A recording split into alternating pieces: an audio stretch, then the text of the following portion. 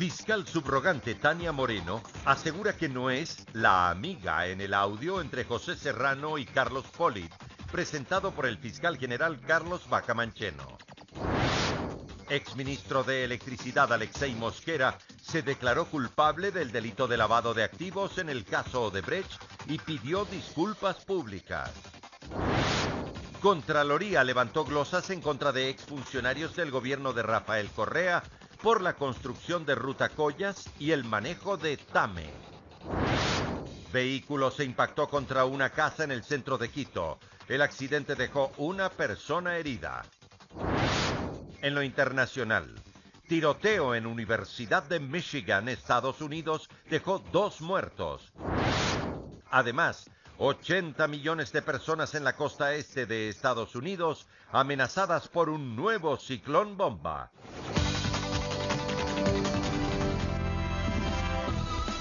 Viernes 2 de marzo del 2018, amigos, es un gusto estar nuevamente con ustedes aquí en Emisión Estelar del Comercio TV, finalizando esta semana laboral con importante información. Aquí iniciamos.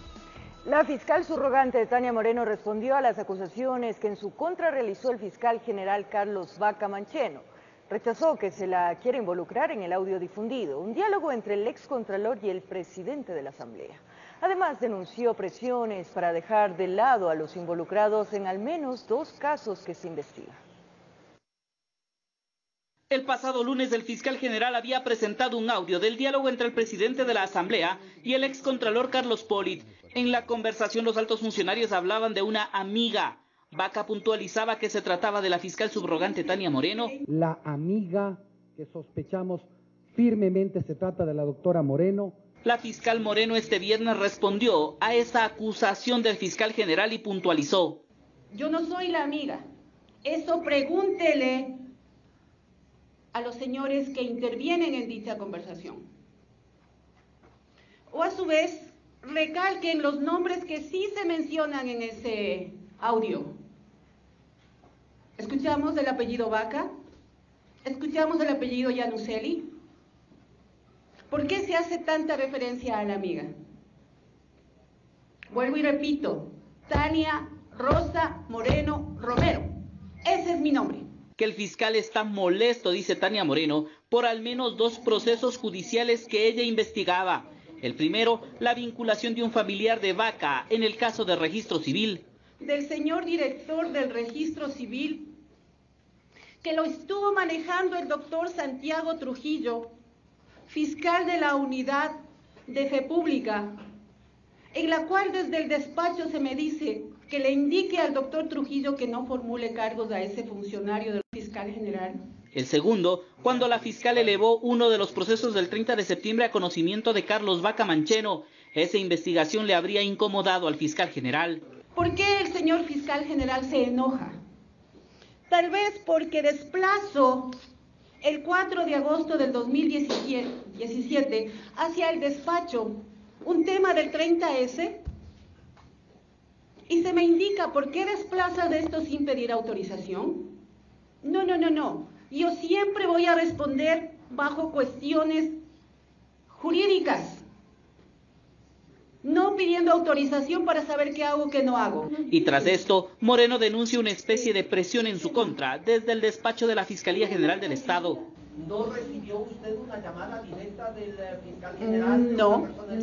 Cuéntenos cómo fue esto y de qué se trataba. Fue del director misional, no del señor fiscal general. Hay que decir las cosas como deben ser, sin temor. La fiscal informó también que ya ha remitido hasta la Contraloría General del Estado una copia certificada de la documentación que entregó el presidente de la Asamblea en sus manos sobre el caso de los gastos reservados y el 30S. Tania Moreno promete continuar con las investigaciones abiertas en contra de Carlos Vaca. 3 procesos judiciales que se están investigando en contra de la máxima autoridad de la Fiscalía. En uno de ellos, Vaca deberá comparecer el próximo día lunes, informó Javier Gallo. En respuesta, el Registro Civil aclaró que el director general de esta institución, Jorge Osvaldo Troya Fuentes, no tiene ningún parentesco de afinidad ni consanguinidad con el fiscal general Vaca Mancheno. Se recalcó además que Troya no tiene ninguna denuncia, indagación previa o instrucción fiscal en su contra. El registro civil lamentó las declaraciones de la fiscal subrogante Tania Moreno. Según ellos, perjudican el nombre de la institución. Ahora les contamos que el ex policía Nelson Puentestar, herido de bala durante la revuelta del 30S, denuncia que la demanda interpuesta contra el Estado por el presunto delito de lesa humanidad se encuentra estancado cerca de 7 años. Mencionó que este ha sido el único caso que no ha tenido ningún avance y exige a la Fiscalía celeridad en el proceso. El 30 de septiembre del 2010, durante la sublevación policial, Nelson Puentestar fue herido de bala. El proyectil que perforó varios de sus órganos continúa alojado a unos pocos milímetros de su columna. Asegura que no participó en la revuelta. Él fue condecorado como héroe y señala que durante el anterior régimen se le hicieron muchos ofrecimientos. Lo único que hicieron es ofrecimientos de darme vivienda, salud y trabajo, pero nunca nada de eso cumplieron. Puentestar fue dado de baja de la Policía Nacional, lo que considera como injusto. Desde ese momento, dice que presentó una demanda en contra del Estado. Por el delito de intento de asesinato. Y ahora, como se llegaba a descubrir, son delitos de lesa humanidad. Denuncian que durante 7 años, este proceso estaría estancado. Es la única denuncia que no ha caminado. Esta denuncia se ha abierto una indagación y en ese sentido permanece ahí en el escritorio del ministro fiscal general del Estado. No sé por qué será. Señalan que no confían en el fiscal general del Estado, Carlos Vaca Mancheno. Por ello solicitan al Consejo de Participación Ciudadana y Control Social que intervengan en el organismo que preside. Que el Consejo de Participación Ciudadana nombre un nuevo ministro fiscal general y se haga justicia. Porque este delito no puede quedar en la impunidad. En Quito informó Adriana Rojas. El ministro del Interior, César Navas, aseguró que la posibilidad de reabrir casos relacionados a la revuelta policial del 30 de septiembre del 2010 o de conformar una comisión de la verdad que los investigue está en manos de la justicia. Sin embargo, ellos como gobierno apoyarán toda iniciativa o proceso que se realice de forma transparente. Bueno, eso está en manos en este momento de la función judicial. Ahí ya se han emitido los pronunciamientos correspondientes. Nosotros, como Policía Nacional y como Gobierno Nacional, en el área de nuestra competencia y lo que nos corresponda, apoyaremos totalmente cualquier proceso. Mire, yo creo que desde que asumimos estas funciones y desde que el gobierno del presidente está en funciones, hemos sido claros. Primero, el combate a la corrupción y el segundo, en procesos transparentes que le dé la certeza a todos los ecuatorianos de que sus autoridades y los servidores públicos actúan de acuerdo a la ley y a sus obligaciones constitucionales y legales. Y atención, la Contraloría General del Estado habría notificado al menos 3 altos funcionarios del régimen de Rafael Correa con millonarias glosas por la construcción de la vía Collas en Quito y por el manejo de la aerolínea TAM. Entre los glosados se encuentra el actual asambleísta Pavel Muñoz, quien denuncia una persecución política en su contra. Al menos 3 informes de Contraloría fueron hechos públicos este viernes. Uno de ellos por la construcción de la ruta Collas en Quito, en el que la Contraloría glosa a la ex ministra de Transporte María de los Ángeles Duarte con cerca de 111 millones de dólares. Duarte no se ha pronunciado hasta el momento tras esta decisión de la Contraloría. Otros 2 informes hablan sobre la empresa estatal de aerolíneas TAME. Nuevamente una glosa por cerca de 19 millones en contra de Duarte por las operaciones de la aerolínea. Y en un tercer informe se incluye también al exministro de Turismo Freddy Ehlers y al exsecretario de Planificación y actual asambleísta Pavel Muñoz, a quienes se los glosa por 34 millones de dólares. Muñoz se defiende y asegura que ha entregado toda la información de la Contraloría. Cuando yo emito la respuesta, Contraloría tiene un plazo para entregarla. No me ha entregado la respuesta. ¿Por qué entonces conocen los medios de comunicación una respuesta que ni siquiera yo la conozco? Que le sorprende que los medios de comunicación tengan en sus manos ese informe, pues a él aún no se lo ha notificado. ¿Por qué ustedes como prensa tienen la resolución del 19 de febrero que ni siquiera la tengo yo como actor interesado? ¿Por qué? ¿Por qué, siendo una resolución del 19 de febrero, aparece después de que hay una reacción política nuestra aquí en la Asamblea Nacional? Y denuncia que esto no es más que una persecución política en su contra para callarlo. Esto es claramente, desde nuestra perspectiva, una forma de acallar o querer acallar políticamente a quienes piensan distinto y una forma de elementos de persecución política. Denuncia además que este sería un mecanismo para intervenir en la Asamblea. Afirma tener información de que se buscaría destituir a al menos 14 legisladores. Ya se escuchan voces que dicen que quieren, ¿no es cierto?, destituir a 14 asambleístas. ¿Cuáles son? ¿Por qué son? porque generan incomodidad. Esta es la forma en la que se está haciendo justicia y control en el país. Este informe previo de la Contraloría General del Estado ha sido ya notificado a quienes están involucrados en este hecho, también a la empresa que construyó la ruta Collas en la capital de la República. Informó Javier Gallo. El exministro de Electricidad, Alexei Mosquera, confesó que recibió dinero de Odebrecht a través de una empresa offshore. Esta declaración lo hizo en el juicio en su contra por lavado de activos. Allí se encuentra nuestro compañero Javier Rosero para contarnos los detalles. Adelante, Javier, te escuchamos con mucha atención. Muy buenas noches. María Fernanda, amigos, buenas noches. En efecto, nos encontramos en los exteriores de la Corte Nacional de Justicia, donde hace pocos momentos se llevó a cabo la audiencia de juzgamiento en contra del exministro de Electricidad, Alexei Mosquera. Alexei Mosquera fue ministro de Electricidad entre los años 2007 y 2009 en el gobierno del expresidente de la República, Rafael Correa. Lo que llamó un poco la atención, aunque su abogado defensor ya lo había anunciado, es que Alexei Mosquera pidió disculpas al país y se declaró culpable del delito de lavado de activos. El abogado defensor lo que solicita en estos instantes es que se le juzgue con el Código Penal anterior. En este momento vamos a escuchar lo que el abogado de Mosquera dijo a la salida de la audiencia. Pero hay que aclarar a la opinión pública que se ha declarado autor de los delitos que estuvieron vigentes hasta antes de la entrada del COIP, que dicen relación a la ley de lavado de activos, cuyas penas son menores. Y esperamos, como ha reconocido la Fiscalía y ha reconocido la Procuraduría, que la tesis de la favorabilidad, que en estricto derecho se llama retroactividad, beneficios de retroactividad, son los que deben aplicarse. Mi tesis ha sido acogida por la Fiscalía y por la Procuraduría, no por cuestiones políticas, sino por derecho. Y eso habla bien de los pronunciamientos del aparato jurisdiccional. Se dieron cuenta que habían cometido un error.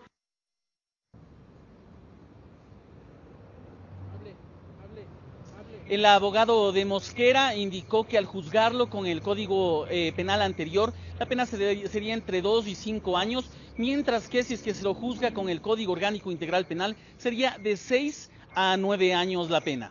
Les podemos informar también que el juez del tribunal suspendió la audiencia y tendrá que declarar una nueva hora y fecha para pronunciar el dictamen definitivo. Con esto, compañeros, regresamos a los estudios. Que tengan una buena noche. Muy buenas noches, Javier Rosero, desde la Corte Nacional de Justicia. Vamos a seguir en este mismo ámbito porque el juez que se encontraba prófugo con orden de prisión preventiva se benefició con la colocación del dispositivo electrónico y prestación ante la autoridad competente. Él es investigado por el supuesto delito de peculado, donde también está involucrado el exministro de Transporte y Obras Públicas, Walter Solís. Suertes distintas se registraron en audiencia de sustitución de medidas cautelares en donde están siendo procesadas 5 personas por el supuesto delito de peculado. Entre estas, el exministro de Transporte y Obras Públicas, Walter Solís. Mi cliente se le niega porque supuestamente no tiene una enfermedad catastrófica.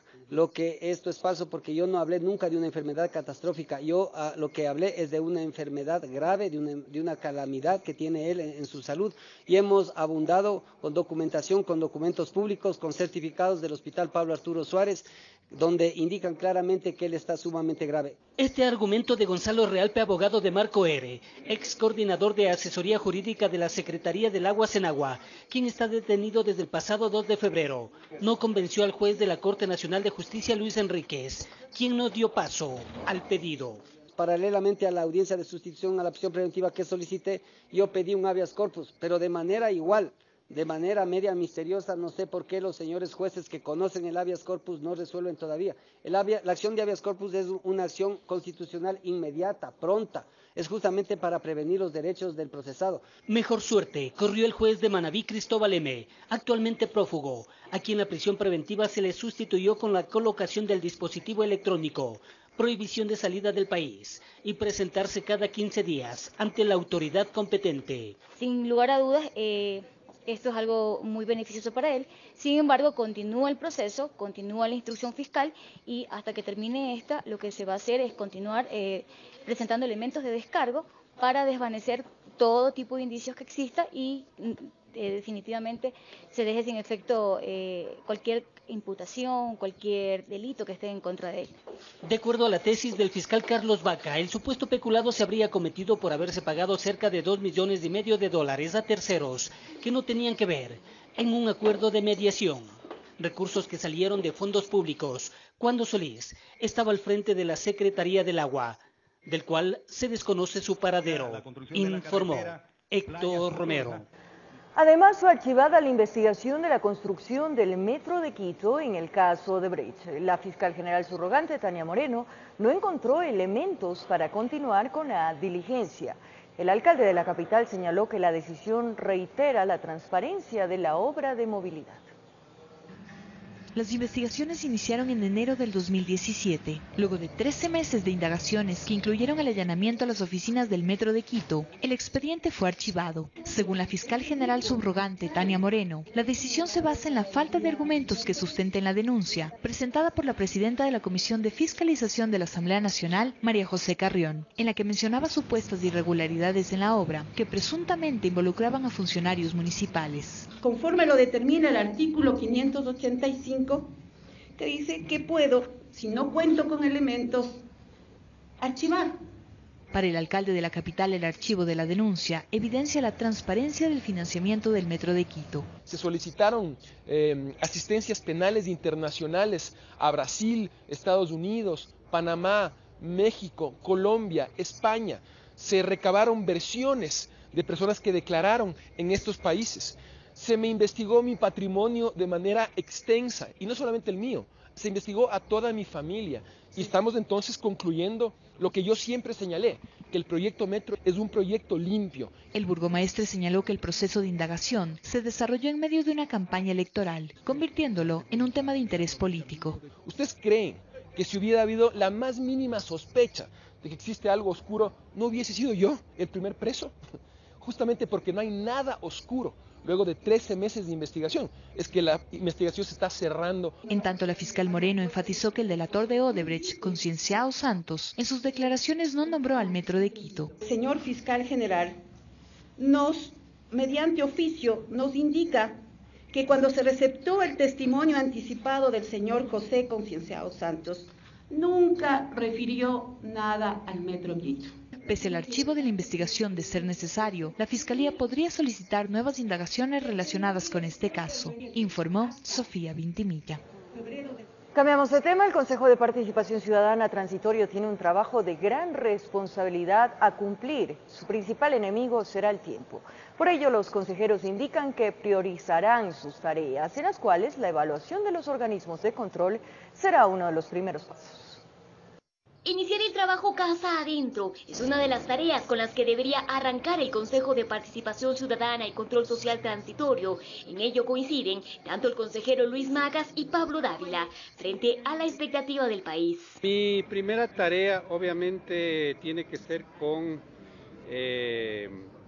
perfeccionar la normativa que tiene que ver con el funcionamiento del Consejo. Por ejemplo, qué recurso humano se cuenta, qué capacidades logísticas existe. Una vez que sepamos con qué recursos se cuenta, poder tomar las decisiones adecuadas para cumplir las obligaciones en el tiempo requerido. El tiempo es uno de los factores en contra, asegura, pero confía en una buena organización que les permita asumir las responsabilidades de la mejor manera. Y en cualquier escenario, indica que se debería hacer priorizaciones frente a las necesidades del país. Tenemos varias tareas, no todas son igual de emergentes, todas son importantes, pero no todas tienen el mismo nivel de urgencia. Entonces tendremos que atender aquellas que son imprescindibles para dar una buena señal de reorganización y reestructuración nacional como una prioridad. En esas prioridades se encontraría la Fiscalía General del Estado, precisamente por los últimos acontecimientos que involucrarían a su titular, el fiscal Carlos Vaca Mancheno, y el presidente de la Asamblea Nacional, José Serrano. Indudablemente lo que está pasando con la Fiscalía obligará al Consejo Transitorio a tomar decisiones. No hay vueltas que darle, eso tendremos que asumirlo. Con lo que coincide Macas, pues la crisis política que atraviesa el país hace urgente una evaluación a los organismos de control, dice. ¿Cómo es posible que los organismos de control estén involucrados más bien en esta ola de irregularidades que tenemos en el país. A renglón seguido, pero no menos importante, a esto le seguiría la evaluación a otros organismos, añade Dávila. En términos generales, todo lo que está vinculado con administración de justicia para mí es una prioridad para poder dar un mensaje claro en la reinstitucionalización y en la división de poderes en el país. El próximo martes el Consejo Transitorio tendrá su primera reunión de trabajo, en la que como primer punto estaría la designación de sus autoridades. Julio César Trujillo podría ser designado como presidente y Luis Macas como vicepresidente. En Quito informó Adriana Rojas. La renegociación de la deuda externa de los contratos petroleros y con las telefónicas es lo que se sugiere para generar liquidez y hacerle frente al déficit fiscal. Esto desde la perspectiva de dos analistas económicos. El panorama del déficit fiscal no ha variado desde el 2016. A la fecha se mantiene en el orden del 7% del Producto Interno Bruto PIB. Mauricio Pozo, con su experiencia en el campo económico, cree saber por qué. Este es un desequilibrio muy grande, producto de un problema de gasto que no se ha resuelto, producto de ingresos insuficientes, entre otros, porque el país no crece al ritmo que debe y por lo tanto los impuestos no llegan en las magnitudes que deben llegar. Al hablar de déficit fiscal, el analista económico Pablo Dávalos se muestra más conciliador. El déficit fiscal es una herramienta como el superávit fiscal y no tienen que ser satanizadas, ni déficit ni superávit. El déficit indica las posiciones de deuda del sector público frente a una necesidad de financiamiento. Al contrario, Dávalos ve necesario buscar mecanismos para obtener los recursos económicos y pagar la deuda. Por eso se le ha planteado al presidente una renegociación a varios niveles, renegociación o reperfilamiento de la deuda, de los varios tramos de deuda, una renegociación de contratos petroleros, una renegociación de las preventas de petróleo con China, una renegociación de los contratos con las telefónicas para que exista la liquidez suficiente. Pozo sugiere sanear las finanzas públicas, que iría de la mano, con una meta gradual, hasta que el régimen alcance el equilibrio. Adicionalmente, fortalecer el sector externo. El sector exportador requiere acuerdos de comercio con muchos bloques, obviamente con Estados Unidos también. Las importaciones no requieren aranceles tan altos porque esto lo único que hace es debilitar la actividad económica, garantizar estabilidad para que venga la inversión extranjera. Además, acota que ayudaría el fortalecer al Banco Central del Ecuador pagando la deuda que el Estado mantiene, al igual que el Instituto Ecuatoriano de Seguridad Social IES, informó Héctor Romero. El presidente Lenín Moreno anunció la reestructuración de la Policía Nacional con el fin de mejorarla. Esto en el marco de la celebración de los 80 años de profesionalización de la institución que se desarrolló en Puzuquí. La edificación de 100 nuevas unidades de policía comunitaria, la recuperación de hospitales y policlínicos, entre otros, fueron algunos de los anuncios que el primer mandatario Lenín Moreno realizó en la ceremonia de los 80 años de profesionalización de la Policía Nacional. Desde el inicio de esta gestión hemos destinado para el Ministerio del Interior 950 millones de dólares. Esos recursos están sirviendo ya, entre otros rubros, para reconstruir las unidades policiales de Manabí y de Esmeraldas destruidas en el terremoto. Asimismo, está previsto iniciar un plan de construcción de viviendas para tranquilidad y comodidad de ustedes y de sus familias. También habló de una reestructuración integral de la institución. Hemos decidido emprender en una reestructuración que se fundamenta en tres ejes fundamentales: investigación, prevención e inteligencia delictiva, y que serán manejados por generales. En el evento estuvo presente también el ministro del Interior, César Navas, del ministro de Defensas, Patricio Zambrano, el presidente de la Judicatura, Gustavo Yalc, el presidente de la Asamblea Nacional, José Serrano, entre otros. El jefe de Estado destacó la presencia del embajador de Estados Unidos en Quito. Es un gran honor para mí estar aquí, una otra demostración de nuestra amistad, nuestro compromiso, nuestro deseo de ser un buen socio, un buen parcero para Ecuador en estos temas de seguridad. En el evento que se desarrolló en la Escuela Superior de la Policía Nacional, Moreno fue reconocido también con la Gran Cruz del Orden y Seguridad Nacional y se incorporaron alrededor de 300 subtenientes. En Quito informó Andrea Orbe. La Cancillería ecuatoriana ratificó la postulación de María Fernanda Espinosa a la presidencia de la Asamblea General de la ONU. Esto en respuesta de la carta que envió el gobierno de Honduras al país, solicitando que se reconsidere y retire su candidatura, haciendo referencia a un acuerdo firmado por el ex canciller Ricardo Patiño en el 2015, donde el Ecuador se comprometía a respaldar al aspirante hondureña. La Cancillería señaló que Espinosa cuenta con el perfil y experiencia necesaria para conducir y fortalecer los trabajos de la Asamblea General de las Naciones Unidas. Además, confirmó que el acuerdo del 2015 nunca fue confirmado por escrito. Y con esta noticia nos vamos a nuestra primera pausa aquí en el Comercio TV. Y mucha atención, al regresar en Manabí se desarticula peligrosa banda que era liderada por detenido en la cárcel de Jipijapa. Y además, en el centro de la capital de la República, un descuido provoca que conductor se impacte contra una vivienda. Ya regresamos en el Comercio TV.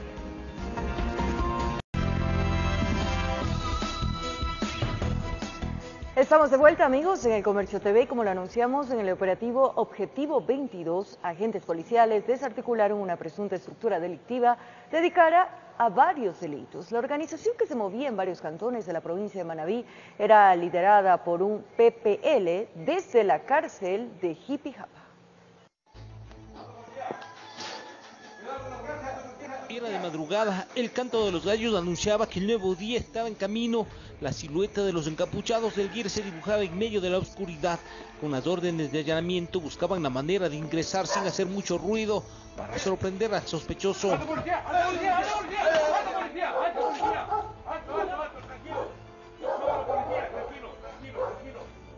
Las viviendas allanadas estaban ubicadas en Manta, Jipijapa y Sucre.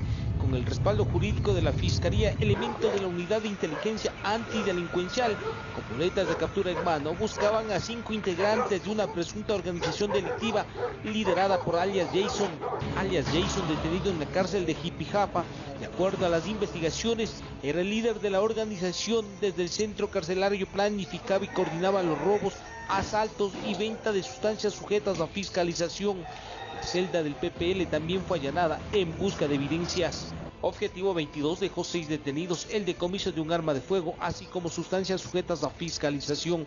Los detenidos son investigados por presuntos delitos de asociación ilícita, tenencia ilegal de armas, así como almacenamiento y comercialización de drogas. En Quito informó Iván Casamen. El accionar de falsos policías fue investigado durante varias semanas por agentes de inteligencia y la Fiscalía. Algunos de los abordamientos de los sospechosos a los estudiantes fue grabado por los uniformados.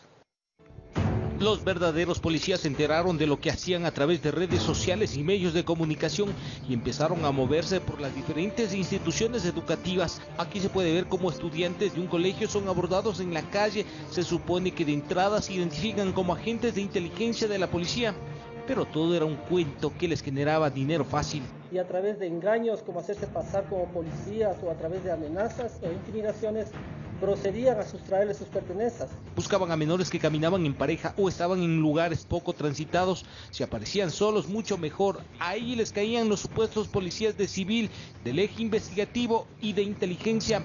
Al parecer, el accionar delictivo les dejaba buenas ganancias. Con los menores intimidados y atrapados por los nervios, les era fácil apoderarse de celulares, tablets, dinero y todo artículo de valor. Indicándoles de que están siendo investigados, entonces estos ciudadanos abordaban a estas víctimas.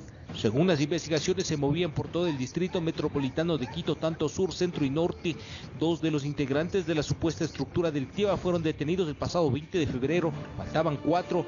A las 2 mujeres y 2 hombres les capturaron horas atrás. El operativo Objetivo 20 se ejecutó en el sur de Quito. Posterior de robarles las prendas, los dejaban caminar libremente, es decir, un secuestro realmente no existía. La presunta banda delictiva estaba conformada por 6 ecuatorianos, quienes mediante intimidación y violencia, utilizando armas de fuego y armas blancas, despojaban de los bienes a las víctimas, especialmente estudiantes menores de edad. Esta modalidad la vienen realizando desde mediados del año 2017 e incluso operaban en las ciudades de Guayaquil y Cuenca. De los 6 detenidos, 4 hombres y 2 mujeres, 5 registran antecedentes personales y procesos judiciales pendientes. En Quito informó Iván Casamen.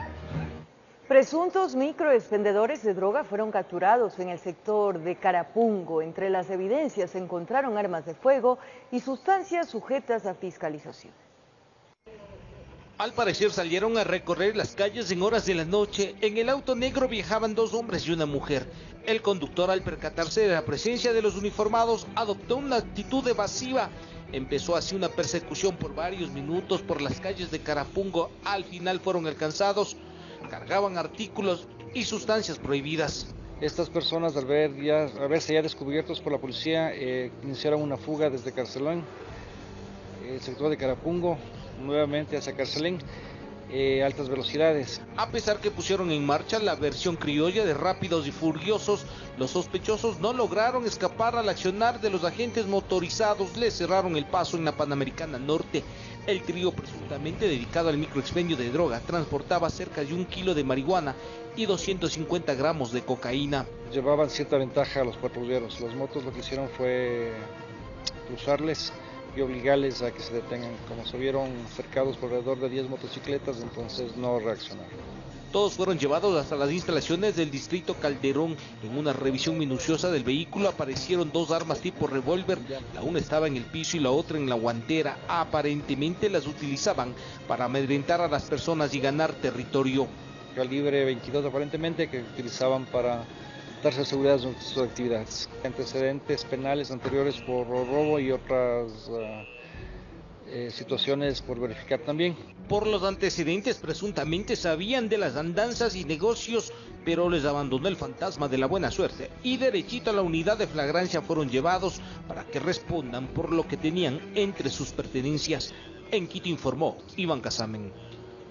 Por otro lado, en el centro de la ciudad, un conductor perdió el control de su vehículo. Producto del percance, el automotor se impactó contra una casa. Según los efectivos de socorro, durante el hecho no se registraron heridos de gravedad.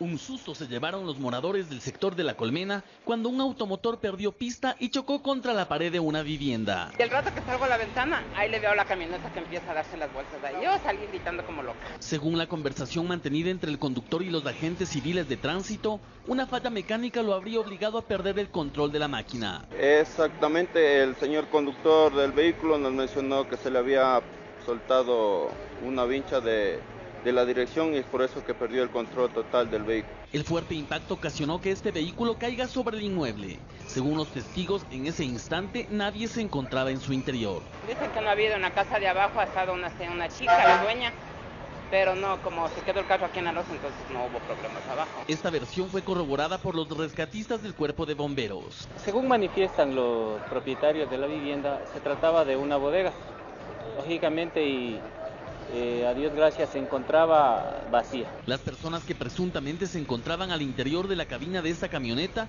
fueron rescatadas por agentes civiles de tránsito. Al llegar a punto se pudo sacar a 2 personas que se encontraban golpeadas en el brazo. Después de este primer momento, los bomberos habrían realizado la valoración médica respectiva. Sufrió heridas una persona masculina de más o menos 45 años de edad. La misma que fue evaluada por Alfa del Cuerpo de Bomberos, que fue trasladada a una casa asistencial respectiva. Después de afirmar que no existieron personas heridas de gravedad, los agentes confirmaron que el automotor será trasladado a los patios de retención vehicular para realizar el procedimiento respectivo, informó Javier Rosero. Momento de una nueva pausa. Al volver, las noticias del mundo. Tormenta invernal pone en alerta a la costa este de los Estados Unidos. Ya regresamos en breve con los detalles.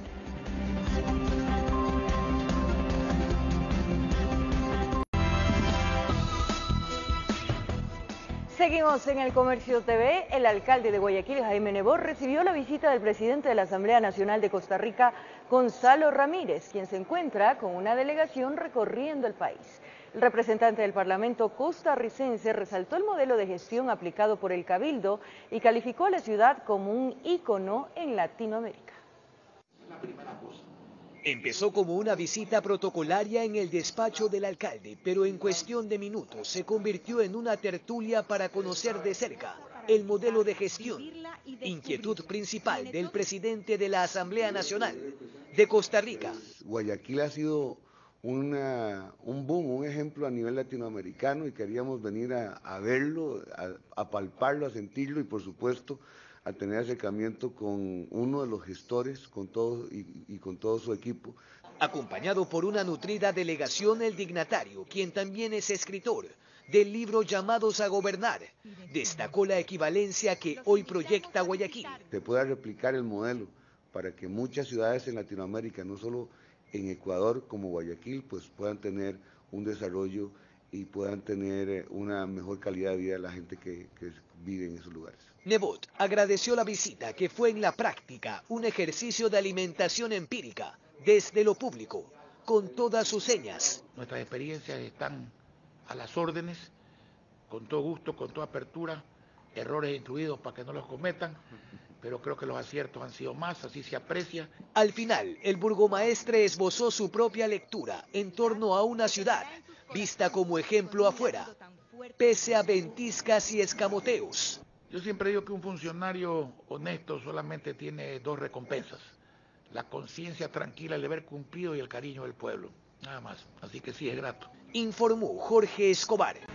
Sin duda, todos expectantes de lo que sucede ese domingo en los premios Oscar. ¿Quiénes serán los ganadores? Los detalles les tendremos en nuestra primera emisión este lunes del Comercio TV a las 7 de la mañana, muy temprano.